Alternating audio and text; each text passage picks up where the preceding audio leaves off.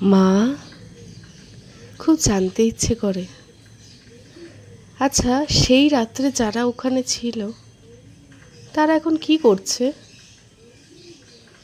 আয়েশ করে ভাত খাচ্ছে, নাকি বৃষ্টি বলে খিচুড়ি ইলিশ মাছ ভাজা? টিভিতে আন্দোলন দেখছে, দেখে মিটিমিটি হাসছে, সহভোগীকে ফোন করছে, গতকাল রাতে মদ খেয়েছিল, সঙ্গে কষা মাংস, পরোটা। মাংসটা কি ওর মা বানিয়েছিলেন, বা বোন অথবা ভাবি? ওর প্রেমিক বা প্রেমিকা কি বলছে? ভয় পাচ্ছে নাকি বিন্দাস? এসেছিল একদিন, চুমু খেলো, ঠোঁটটা কষা ছিল না তো, বা রক্তের মতো নোনতা নোনতা?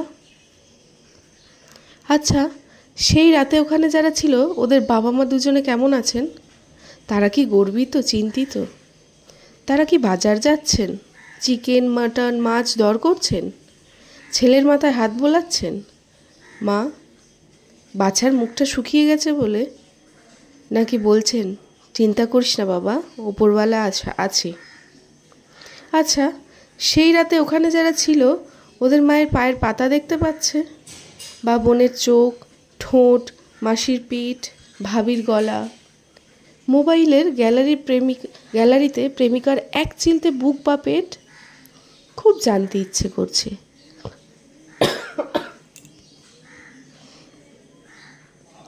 রাতে ঘুম কেমন হচ্ছে? নিশ্চিদ্র, নাকি মাঝে মাঝে কোথাও থেকে একটা গোঙানির শব্দ শুনে ভেঙে যাচ্ছে ঘুমটা? পায়খানা পরিষ্কার হচ্ছে আশা করি। শৌচ করতে গিয়ে মনে হচ্ছে না তো জায়গাটা অনেকটাই ফাঁকা, জয়েন্টটা নেই? খেয়াল করেনি। আচ্ছা, হাঁটতে কোনো সমস্যা হচ্ছে না তো? মানে হাঁটু ঠিক আছে? বাহ, কোমর তাও ঠিক আছে? আচ্ছা, তাহলে তো ভালোই। রাতে বাড়ির বাবা মা, ছোট বোন, দিদি বৌদি সবাই মিলে সিনেমা দেখছে। এখন তো ফ্রি আছেন, ইউটিউবে বহু পুরনো একটা ভালো ফরাসি ছবি দেখতে পারেন, অভিনেত্রী মনিকা বেলুচ্চির ইরেভার্সিবল। খুব ভালো লাগবে, আপনাদের বাড়ির লোকও এনজয় করবে, ছেলের কীর্তিতে বুকটা ভরে যাবে। আপনি তো সেদিন ফ্লোরে ছিলেন অ্যাকশানে, একবার স্ক্রিনে দেখতে পারবেন ব্যাপারটা কেমন লাগে। ও, জিজ্ঞেস করতে ভুলে গেছি, আপনাদের স্যার ফোন করেছিলেন? ডোন্ট ওয়ারি বলেছেন তো? বাহ, হ্যাঁ, সবাই তো হ্যাপি, কারণ সবই তো হাপিস। আচ্ছা, ওর স্ত্রীর খবর কি? একদল ভদ্রমহিলা দেখলাম ওর বাড়ির সামনে ফালতু চেঁচাচ্ছিল। বাড়িতেই তো আছেন উনি, নিরাপত্তার ঘেরাটোপে। এখন তো উনি সেলিব্রিটি। বৌদির বাপের বাড়ি কোথায়, বাবা মা আছেন?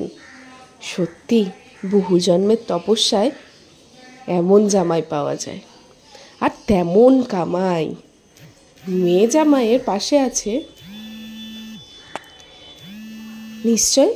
এই সময় খুব দরকার। লজ্জা না দ্বিধা করবেন না, যখন যা চাইবেন, যা দরকার পাশে আছে সরকার। বিশেষ দ্রষ্টব্য, যে রাম নেই সেই বাল্মীকিও খাবি খাচ্ছে। রত্নাকরের বাপের দায় তার বাড়ির লোক নিতে চায়নি। সেই রাত্রে যেখানে যে ঘটনা ঘটেছিল তার পাপের দায় কিন্তু আপনার আমাদের উপরেই বর্তাবে, প্রত্যক্ষ বা পরোক্ষ, মনে রাখবেন।